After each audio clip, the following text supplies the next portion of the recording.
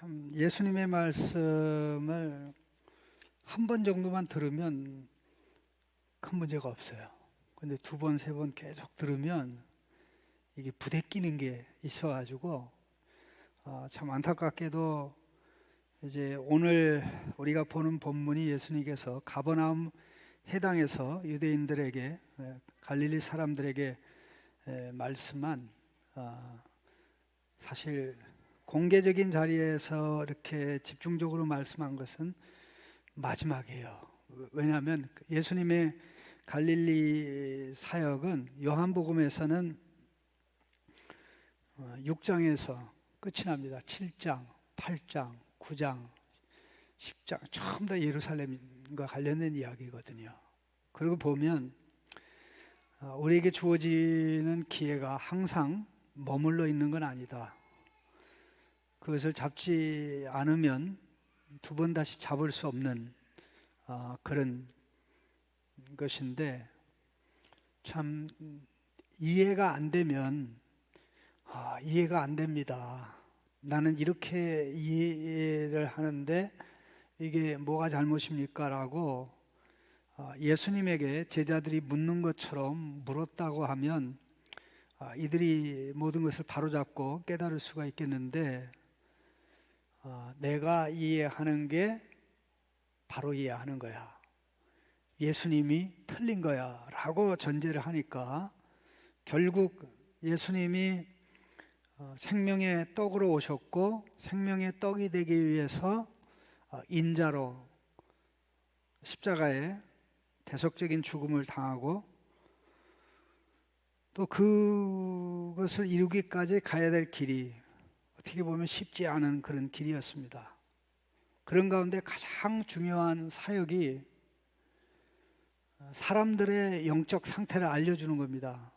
그들은 살았다고 하나 영적으로 죽었고, 그들은 생명이 있다고 하나 생명이 없는, 하나님의 말씀을 알고 누리는 하나님의 자녀라고 하지만 그들이 알고 누린다고 하는 하나님의 말씀은 하나님의 말씀이 아니고 불편하지만 사단의 말이고, 그들이 하나님의 자녀라고 하지만 하나님의 자녀가 아니고 그들이 조롱하고 무시하는 이방인 사마리아 사람같이 역시 사단의 자식이었다는 겁니다.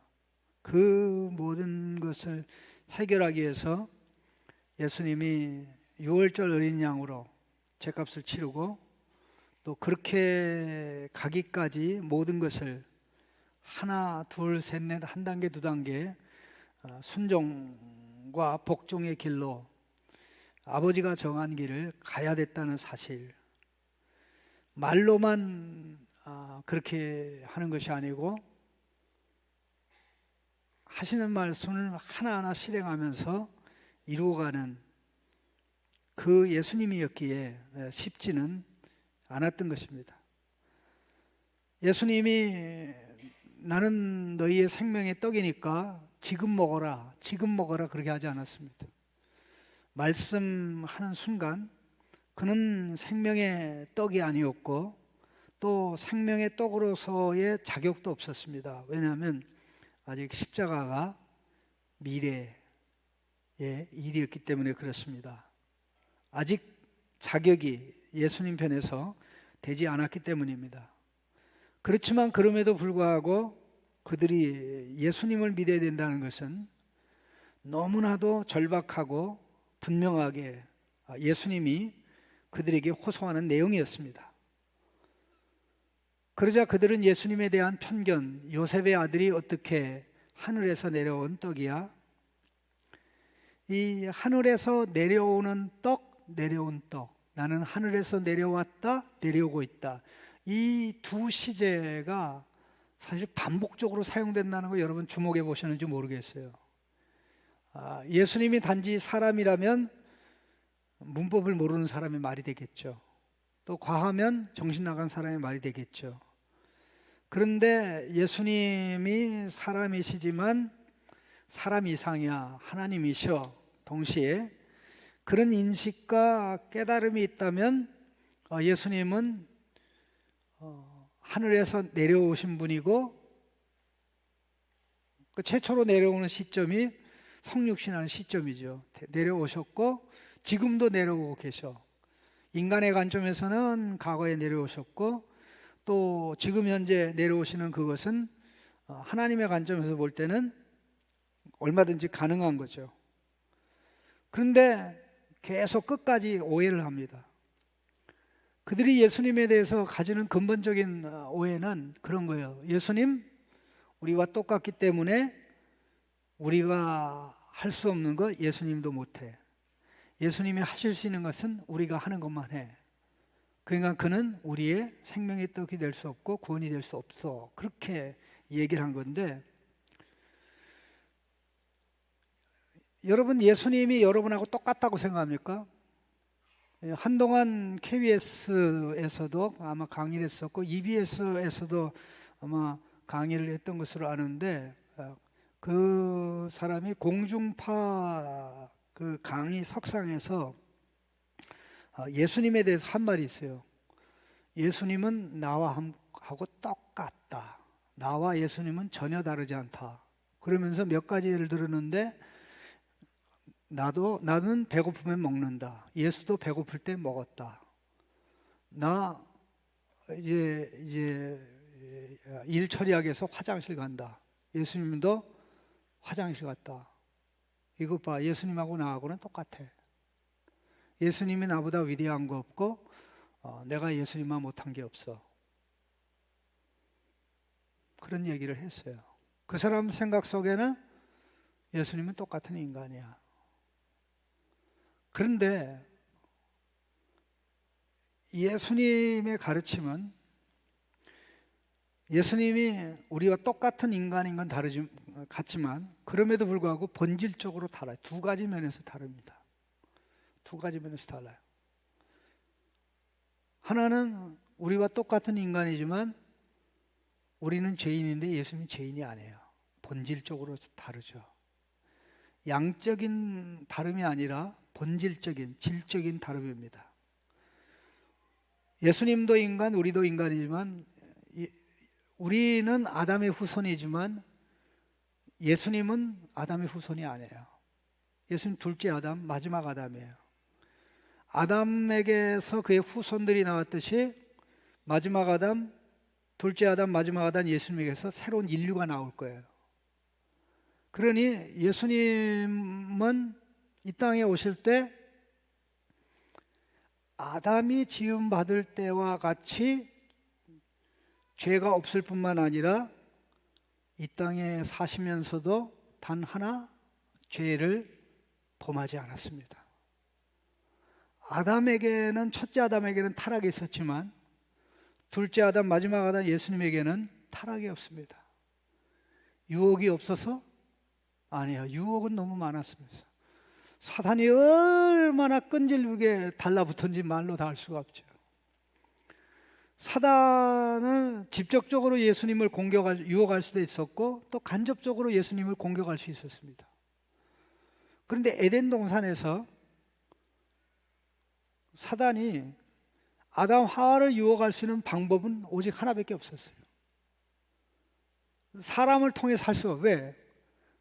둘밖에 없으니까. 근데 그 세계는 어떤 세계입니까? 아직 죄가 들어오기 이전의 세상입니다. 근데 예수님이 이 땅에 오신 세상은 죄가 세상에 들어왔죠. 예수님이 보는 모든 사람들이 다 죄에 사로잡혀 영적으로 죽은 상태였는데 죽은지 모르고 살아가죠. 그런 상태에서 죄짓기가 더, 죄가 세상에 들어오기 전에 아담이 에덴 동산에서 죄짓는 게 더 쉬워요. 예수님이 이 죄악 세상에서 죄인에 의해 둘러싼 환경에서 예수님이 죄짓는 게 쉬워요. 생각 안 해봤나? 예? 어떤 사람은 거예요. 예수님이니까 다 쉽대. 예수님이니까 외국어 안 배워도 된대. 예수님이니까 중령의 법칙이 작용 안 된대. 그런 싸가지 없는 생각이 어디 있어요. 그 예수님 못 오가는 거예요.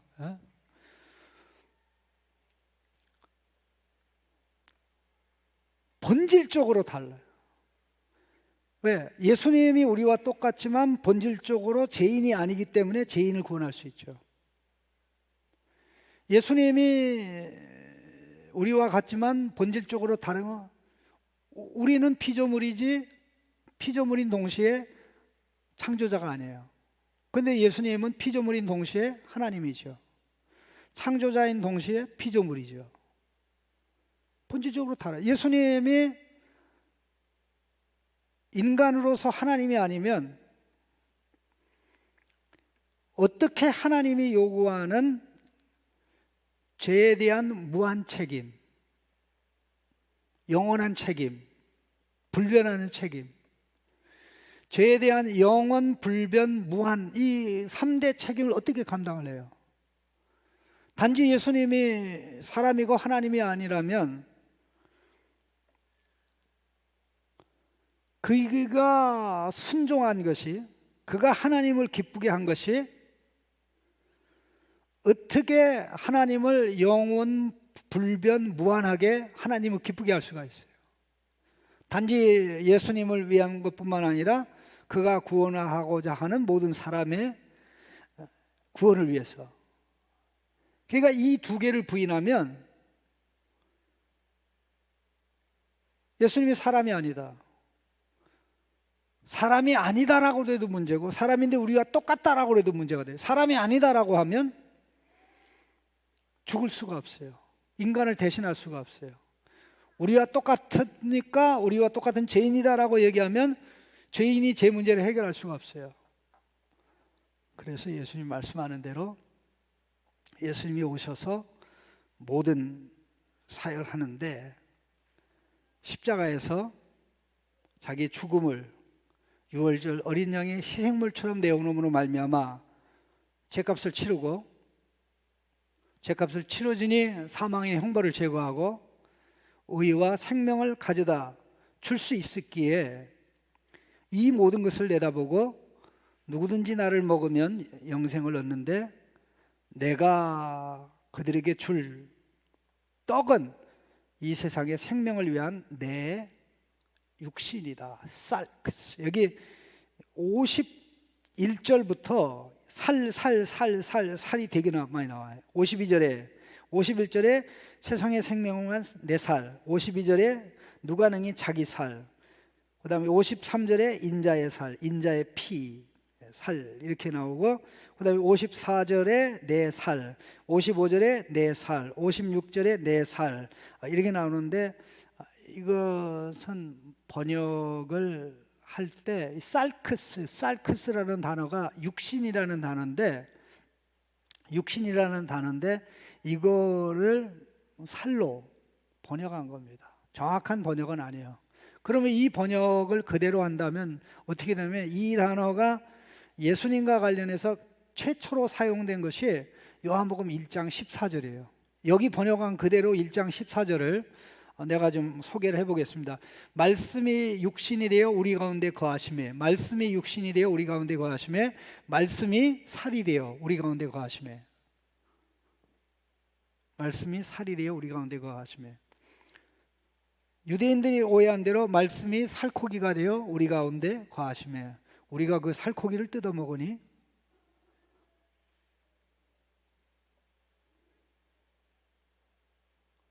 말이 안 되는 그런 부분인데,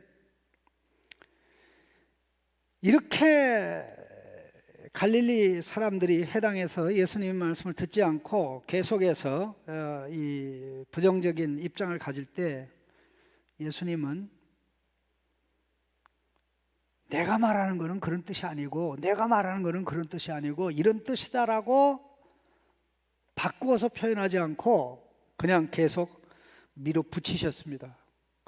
여러분, 예수님을 이해할 때 한편으로만 이해해서 나이스하고 스무스하고 소프트하고 물과 같은 예수님이라고 생각하면 큰일 나요. 그런 면도 있지만 그렇지 않은 면을 보여주는 기록 중에 하나가 요한복음입니다. 예수님 굉장히 터프하셔요. 굉장히 터프하시면 물러서질 않습니다. 빌라도의 재판정에 섰을 때 빌라도가 쩔쩔맬 정도였어요. 예? 빌라도가 쩔쩔맬 정도였어요. 산헤드린 재판장 앞에 섰을 때 예수님 쫄지 않았어요. 그러니까 무슨 얘기냐면 어느 한 모습만 가지고 그것이 예수님의 모든 모습이라고 우리는 얘기를 할 수 없다는 거예요. 그러니까 이 모든 것을 다 전체적으로 봐서 예수님 소프트한 면도 있고 예수님 터프한 면도 있고 더 나아가서 예수님은 러프 거친 모습도 러프 터프 거친 모습도 있어요. 그런데 가장 중요한 부분은 말씀은 양보하지 않았어요. 말씀은 절대 양보하지 않았어요. 누가 자기 살을 줘 우리에게 먹게 할까 할 때 인자의 살을 먹지 아니하고 인자의 피를 마시지 않으면 생명 없다. 인자의 살을 먹고 내 피를 마시는 자는 영생이 있고 마지막 날에 살릴 거다. 그래서 그의 살과 피를 먹고 마시는 것을 반복적으로 이 짧은 이곳에 3번 얘기했어요. 여러분 안 먹고 안 마시고 살 수 있나요? 안 먹고 안 마시고 살 수 있어요? 왜 사람들이 살이 찌냐면 이 단지 많이 먹어서 살이 찌는 건 아니고요. 이 먹는 시간의 간격을 조절하면 살이 안 쪄요. 그러니까는 이 살찌는 것은 먹는 양이 결정하기도 하지만 먹는 양이 결정하는 것보다는 이 아침과 점심 사이에 이거 시간의 간격, 점심과 저녁 사이의 시간 간격, 저녁과 그 다음날 아침 사이에 시간 간격이 너무 가깝기 때문에 살이 찌는 거예요. 무슨 얘기냐면 여러분이 저녁을 먹고 12시간이 지난 다음에 아침을 먹는다. 그 다음에 또 아침을 먹고 나는 12시간이 지난 다음에 또 먹는다. 또 그리고 나서 또 다음 먹고 12시간이 지나고 난 다음에 먹는다라고 하면 몸에 쌓여있는 지방이 그 공복 기간에 공복을 느끼는 기간에 12시간이 지나야 이 안에 있는 지방이 탄수화물로 바뀌어요. 12시간이 지나야. 그런데 이 우리 몸은 배고픔에 대한 추억이 조상 대대로 강해요.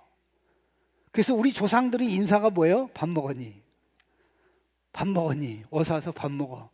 이 배고픔에 대한 추억이 있기 때문에 무조건 주인이 먹고 쓰지 않는 에너지는 이 지방으로 전환시키는데 이게 밥을 먹을 때 소화하는 기관은 여기 배 하나밖에 없는데 이 온몸에 지방을 저장할 수 있는 곳은 온몸 전체라고 보면 돼요.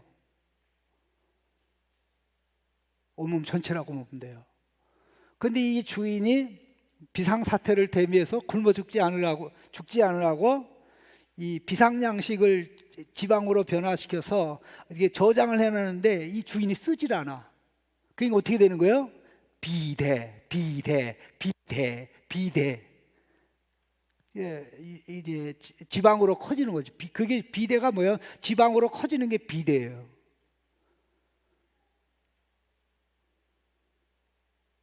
그래서 비정상적인 상태로 가게 되는데 우리는 음식을 안 먹는 게 문제가 아니라 안 먹고 안 마시는 게 문제가 아니라 너무 자주 먹고 너무 많이 먹어도 12시간 이상이 지나서야 꼬르륵 소리가 날 때 먹으면 문제가 없는데 꼬르륵 나기 전에 먹으니까 비대해지는 그런 문제인데 우리 영적인 문제에 있어서는 예수님을 먹고 마시질 않아 가지고 빈사 상태.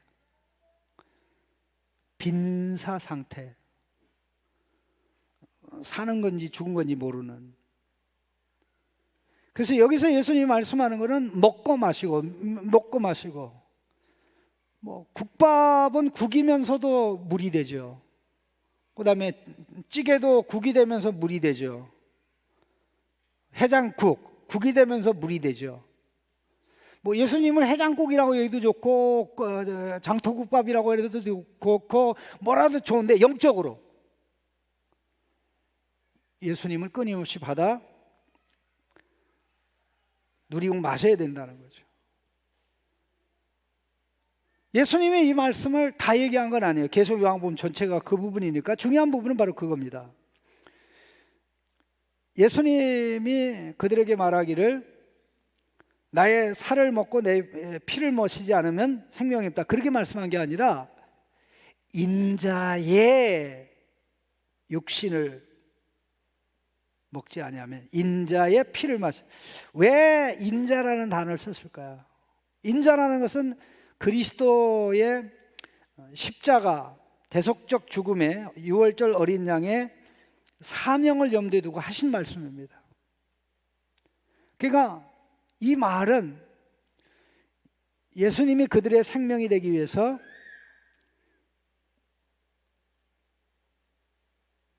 죄값을 치러야 지고 하나님의 공의를 만족해야 됐다는 겁니다.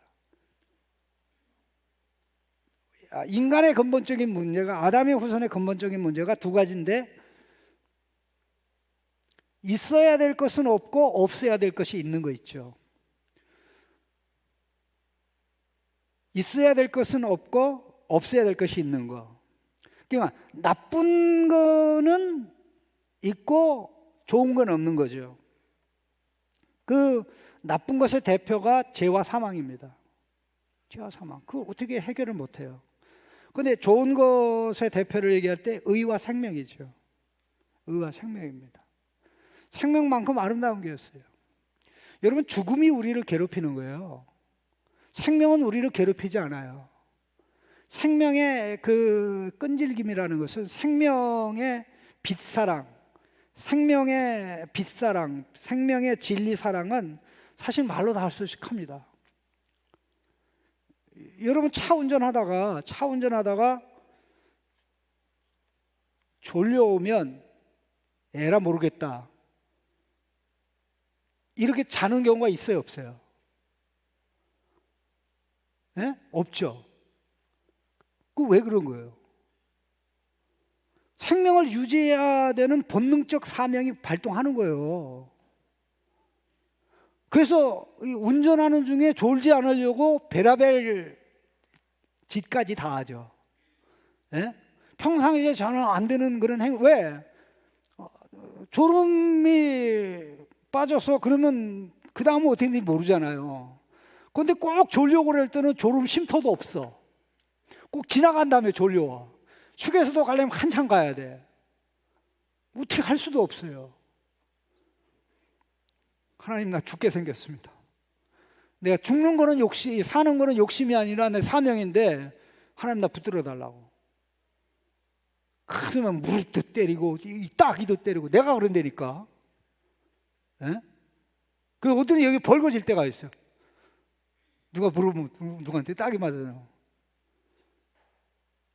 그러면서 제가 마음속으로, 야, 고맙다. 너 죽지 않으려고 버티는 거 보니까 고맙다. 내가 내 몸한테다 얘기한다니까. 이게 생명의 아름다움이라는 거예요. 아름다움인 거예요. 에라 모르겠다가 아니라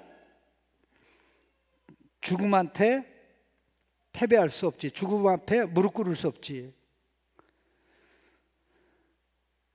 사실 예수 생명이라는 게 예수님이 우리에게 주시고자 하는 생명이 바로 그런 생명이거든. 근데 단지 먹고 배부른 그런 게 아니라 예수님으로 먹고 배불러서 예수님으로 인하여 예수님이 사신 예수님의 기쁘고 즐거운 삶을 사는 거죠. 하나님을 기쁘게 하고 즐겁게 하고 하나님을 기쁘고 즐겁게 하는 것이 예수님의 인생, 예수님의 삶인 것처럼 우리의 삶이 그렇게 되게 하는 거죠.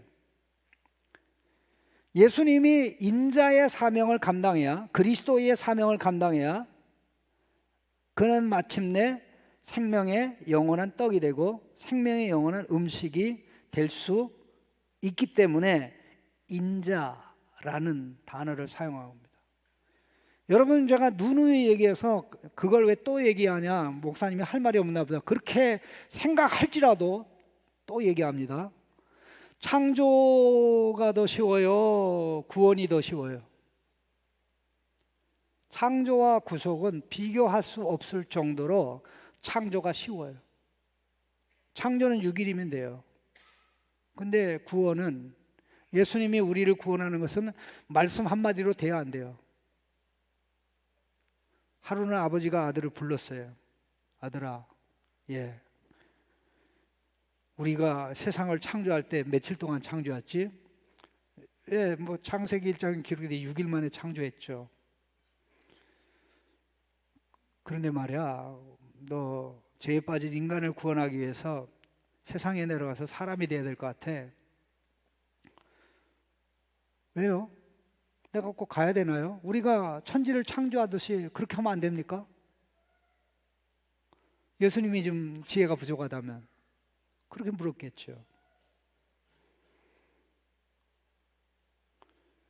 아무것도 없는 상태에서는 하나님의 공의가 무시돼서 공의에 대한 처분을 받아야 될 것도 없고, 또 아직 존재하는 피조물이 없어서 하나님의 말씀에 순종해야 될 피조물이 없는 그 상태에서는 뭐만 하면 돼요? 말씀으로 선언하고 그 말씀에 성령이 역사하면 생기는 거예요. 그러나 지금 죄라는 게 뭡니까? 피조물이 없어진 겁니까? 피조물이 창조주 하나님의 말 안 듣고 지가 창조주인 것처럼 행동하고 움직이는 거죠. 그래서 피조물 세계에 혼란이 일어나고 창조주 하나님의 질서가 파괴되어 고통과 아픔이 있죠. 그걸 어떻게 해결해요? 그렇기 때문에 예수님이 이 땅에 오셔서 오시는 것으로 십자가 없이 우리를 구원할 수가 없는 거예요. 예수님도 십자가 없이 구원할 수가 없는 거예요. 그럼 생각해 보십시다. 나는 예수님을 믿는데 나는 죄가 없기 때문에 예수님이 나를 위해서 십자가 질 것까지는 없어. 그래서 나는 예수님을 공자를 믿듯이, 맹자를 믿듯이, 부처를 믿듯이, 아니면 뭐 교주를 믿듯이 나도 예수 믿어. 그분 좋은 분이거든. 그래서 내가 예수 믿는 거야. 나한테 예수님의 십자가 얘기하지 마세요. 내가 역겨워요. 그렇게 얘기하고 예수님을 믿는 거라면 그건 예수 믿는 게 아니에요. 그건 예수 믿는 게 아니에요. 여러분, 놀라운 게 제가 코란을 읽고 이렇게 나름대로 이렇게 분석하면서 깨달은 것 중에 하나가, 코란에 무하마드가 더 많이 나오는 게 아니라 예수님이 더 많이 나와요. 코란에 무하마드는 4번 정도밖에 안 나와요. 예? 무하마드가 4번밖에 안 나와요. 그런데 예수님은 20번 이상 나와요. 이사. 예수님 이사로 나와요. 이사. 그 이사가 나오는데,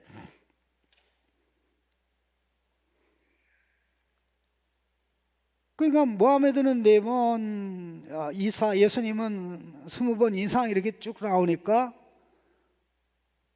누가 더 중요한 거예요? 20번 이상 나오는 이사, 예수님이 더 중요하잖아요. 그런데 그 이사, 예수님에 대해서 하는 내용이 뭐냐면, 이사는 마리아의 아들이야. 마리아의 아들이야. 그래서 마리아의 아들, 마리아의 아들, 마리아의 아들. 그러니까 그는 인간이야. 그와 함께 중요한 사실이, 이슬람의 이맘들, 이슬람의 목사죠. 목사들은 목숨 걸고 십자가 부활을 반대해요. 예수님의 십자가 부활을 반대해요. 심지어 이슬람에는 무슨 설이 있냐면, 교체설이라는 거. 이 유대인들은 예수님이 싫어서 예수님을 십자가에 못 박으려고 그랬는데 그들이 예수님을 십자가에 못 박는 결정적 순간에 예수님인지 또 예수님을 돕는 사람이 예수님과 같은 사람으로 교체를 했다는 거예요. 그 교체설이에요. 그 교체설. 그래서 유대인들에게는 예수님으로 보였는데 그게 실제는 예수님이 아니라는 거죠. 그러니까 죽은 게 아니니까 부활할 일도 없죠. 그 심지어는 이 코란 자체에 모순이 있는데 이 코란 자체에 나오는 이사가 나는 죽었다가 살아났고 다시 올 것이라고 말하는 내용이 있어요. 그런데 동시에 이거라고 정반대가 되는 교체설 비슷한, 그러니까 유대인들은 그렇게 생각하나 죽은 게 아니고 그렇다. 왜 그렇게 생각하는가? 죄는 순종으로, 개인의 순종과 복종으로 해결해야 할 것이지 누구가 대신해서 해야 할 게 아니다. 그렇게 봤기 때문에 그래요. 그러니까 성경이 말씀하는 대로 예수님을 그대로 믿고 나아가는 것은 너무나 중요한 것입니다. 여기서 예수님이 말씀하는 것은 만나의 완성, 썩는 음식이 가르치는 영원한 음식의 완성을 사실 보여주는 게 예수님이거든요.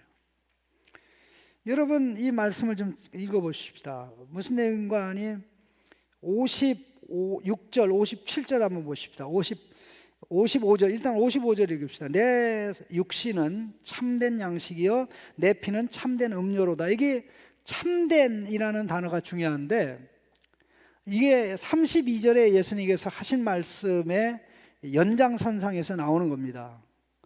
32절에 모세가 만나를 준 게 아니고 지금 나를 보내신 아버지께서 그 떡을 주시나니 하늘로부터 그 참된 떡, 이렇게 돼 있어요. 32절에 원문에는. 근데 그 말씀 이후에 여기 참된이라는 단어가 모든 다른 것들이 가르치는 eternal reality, 영원한 실체, eternal realization, 영원한 성취를 가르치는 겁니다. 자, 사람이 두 떡으로 사는데 보이는 떡과 보이지 않는 떡이죠. 보이는 떡은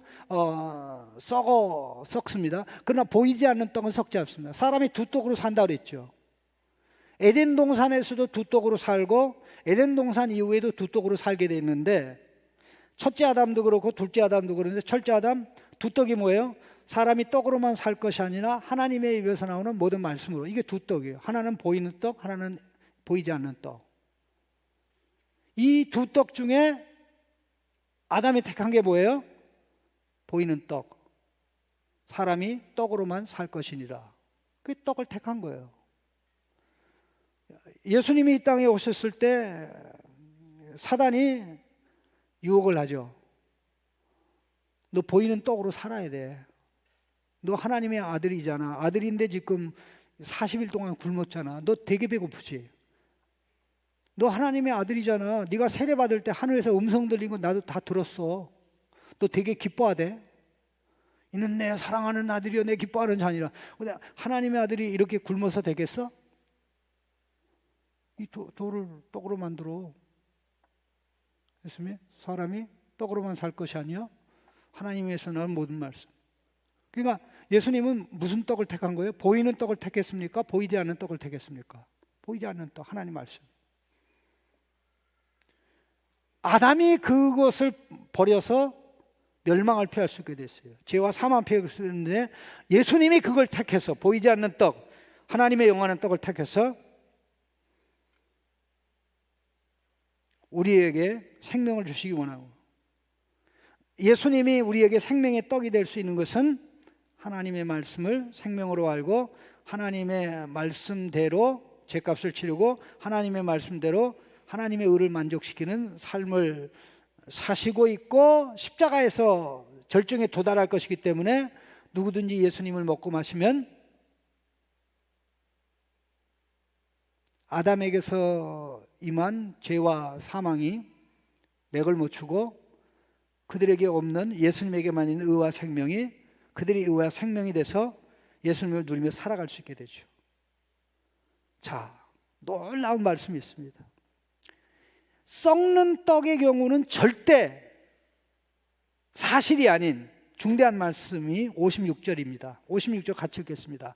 내 살을 먹고 내 피를 마시는 자는 내 안에 거하고 나도 그 안에 거하나니. 이 음식과 음식 먹는 자 사이에 상호 내주의 관계가 형성된다고 예수님이 말씀한 거예요. 그런데 썩는 떡과 우리와의 관계가 상호 내주의 관계가 되나요, 안 되나요? 내가 콜라 안에 거하고 콜라는 내 안에 거한다. 나는 돼지고기 안에 거하고 돼지고기는 내 안에 거한다. 나는 국밥 안에 거하고 국밥은 내 안에. 이 국밥과 나의 상호 관계가 돼야 안 돼요? 안 돼요. 썩는 음식은 하나밖에 안 돼요. 일방적으로 죽어서 희생되는 겁니다. 여러분, 여름에 배탈이 많이 나죠? 탈이 많이 나죠? 왜냐하면 우리는 유기물을 먹어야 되는데 이미 높은 온도에 의해서 부패가 시작된 음식이 몸에 들어가면 이미 그 안에 대장균이 많기 때문에 이게 탈이 나는 겁니다. 놀랍게요. 죽은 음식을 먹으면 우리에게 생명의 기운이 안 돼요. 항상 우리는 살아있는 것을 요리해야 되고 또 채소 같은 경우는 살아있는 그것을 우리 입에 넣는 겁니다. 입에 넣어서 이것을 씹는 순간 이 채소가 죽어 희생되어 우리의 양식이 되는 거예요. 그리고 없어져요. 마지막 부활의 날에 채소가 살아나고 내가 먹은 닭고기, 소고기 그러니까 살아나가 하잖아요. 그러니까 예수님이 죽어 없어지는 음식이라면 그냥 끝나는 거죠. 예수님이 십자가에 죽어서 끝나는 거라면 이는 말이 안 되죠. 다시 살아나서 우리에게 성령을 보내시고 성령을 통해서 우리 안에 거하시고 우리가 예수님 안에 거하게 되는 이 어마어마한 말씀을 예수님이 하신 거예요. 그렇다면 보십시오. 우리는 우리가 먹는 예수님 안에 또 예수님은 우리 안에 상호 내주의 관계가 이루어지니까 이게 계속 지탱되고 유지되면서 우리가 살아가는 삶이 예수님의 생명을 받아 누려 절정에 다루는 삶이 되는 겁니다. 상호 내주의 관계에서 누리는 게 뭐냐? 예수님과 아버지 사이에 누리는 생명을 우리와 예수님 사이에 누리게 되는 거죠. 57절 같이 읽겠습니다. 시작. 살아계신 아버지께서 나를 보내시며 내가 아버지로 말미암아 사는 것 같이 나를 먹는 그 사람도 나로 말미암아 살리라. 예수님 안에 있는 생명, 아버지가 아들에게 주신 거죠. 영원한 아들로서도 예수님이 가진 생명은 아버지의 생명이에요. 그리고 육신을 입은 사람으로서도 아버지가 예수님에게 주신 생명인데 그 생명이 예수님을 통해서 예수님이 그의 십자가 부활의 근거에서 그를 먹고 마시는 자에게 주신다 이거예요. 그러니 이 생명을 깨닫고 알고 누리는 이거. 예수님 그렇게 말씀하십니다. 너는 썩을 음식을 많이 먹어서 체중 조절이 안 되는데 너는 믿음으로 영적으로 나를 먹고 마시지 않아서 빈사 상태로구나. 너는 조금만 어려워도 좌절하고 조금만 어려워도 포기하려고 그러고 조금만 어려워도 못 살겠다 그러는데 육신의 음식은 절제하고 영의 음식인 나를 나는 시도 때도 없이 시간차 12시간이나 공백을 두지 않고 24시간 먹고 마시고 누려도 비만은 없다. 비만에 걸릴 이유는 없다. 세상 음식은 너무 많이 먹는 게 문제고 예수님의 음식은 예수 음식을 안 먹는 게 문제입니다. 여러분은 여기에 전혀 문제가 없죠? 세상 음식을 안 먹을까 봐 내가 걱정했으면 좋겠어요. 한때 젊었을 때 한번 예수님의 말씀에 꽉 잡혀가지고 내가 말씀을 지키는 게 아니라 말씀이 나를 지키는구나. 내가 말씀을 지키냐고 이것도 못해서 힘들고 저것도 못해서 힘들고 이놈의 족쇄가 많은데 이 말씀이 내 안에 들어와서 내 안에 날개가 달린 것 같은 그런 것을 누리고 깨달게 되면 이 세상에 가장 어리석고 미련한 사람이 예수님을 배척하고 거부하는, 아까 얘기했어요. 나는 예수님을 믿는데 그의 십자가는 필요 없다. 나는 예수님을 믿는데 그의 부활은 필요 없다. 죄를 유일하게 해결한 십자가 필요 없는 이유가 내가 죄 해결할 수 있거든 노력하면. 이게 공자 맹자의 말이겠죠. 세상 안 믿는 사람들이 얘기했죠. 예수님의 부활이 필요 없다. 왜? 나는 지금 죽지 않았거든. 나는 잘 살고 AI가 이것 문제도 해결할 수 있어. 그렇지만 원체 예수님은 좋은 분이기 때문에 나는 예수님을 좋은 분으로 믿는 거야. 선한 사마리아 사람의 이야기를 했지만 선한 사마리아 사람보다 몇천 배 좋은 분이 예수님이야. 예수님이 원조 선한 사마리아 사람이야. 그래서 내가 예수 믿는 거야. 이렇게 하고 목사가 되고 이렇게 하고 성도가 되어 세상에 나가서 현대판 선한 사마리아 사람의 선행을 한다고 할지라도 거기는 성경이 말씀하는 대로 예수님을 먹고 마시는 게 아닙니다.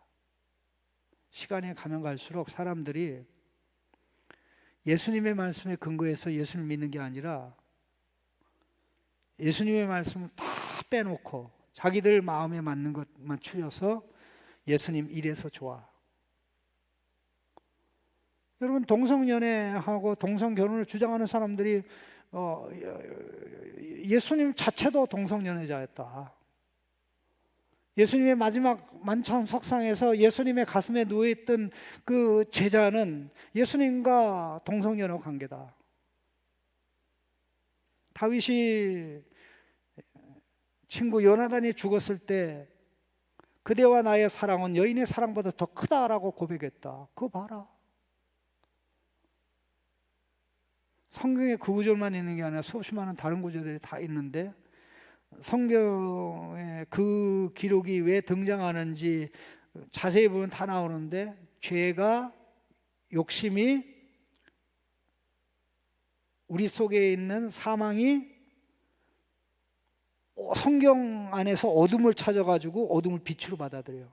성경 안에 있는 죄악을 찾아서 그것을 의로 둔갑시켜요. 그러니 사망이 깊어지고 어둠이 깊어지면서 어둠을 빛으로 누리고 사망을 생명으로 누리는. 그래서 눈을 딱 감아야 이 미련 곰탱이, 눈을 딱 감아야 내가 멍청했구나, 심판의 날이 딱 다가와야 내가 아는 거 다 헛거였네, 이렇게 되는. 살아있는 동안 깨닫는 게 필요하고 젊으면 젊을수록 더 빨리 깨닫는 게, 깨닫고 예수님을 한없이 끝없이 누리는 자로. 한번 예수 없이 살아봐요. 내가 거룩함에 이룰 수 있나? 내가 욕심과 탐욕과 싸워서 이길 수 있나? 정욕과 싸워서 이길 수 있나? 내가 죽음에게 고함쳐서 죽음을 물리칠 수 있나? 그래서 예수님이 필요하구나. 그래서 예수님이 필요하구나. 그래서 예수님 안에 들어가야 되는구나. 그러면 그 신앙이 살아있는 신앙이 되고 생명력 있는 신앙이 되고 그야말로 현실에 와닿는 그런 신앙이 됩니다. 예수님이 유대인들에게 마지막 이 기회를 주셨는데 갈릴리 사람들, 결국 안타깝게도 갈릴리 사람들이 이 기회를 놓쳤어요. 그래서 지난주에 말씀드렸듯이 갈릴리 교회는 없었어요. 갈릴리 출신 제자들이 있었어도. 기도하십시다. 액면 그대로 예수님의 십자가 부활이 없이는 단지 말씀 한마디로 구원한 게 아니라 말씀을 어긴 것에 대한 대가 지불, 우리가 지키지 못한 것을 지킴으로 완전한 죄와 사망을 해결할 대책을 구비하고 의와 생명을 가져다 줄 자원을 확보하셨는데, 이 두 사망과 생명의 자원, 생명은 더하고 사망은 빼고 죄는 빼고 의는 더하는 이러한 엄청난 이 자원을 예수님의 말씀을 통해서 성령의 역사를 통해서 누리면서 살아가는 우리가 되게 하옵소서. 우리 같이 기도하겠습니다.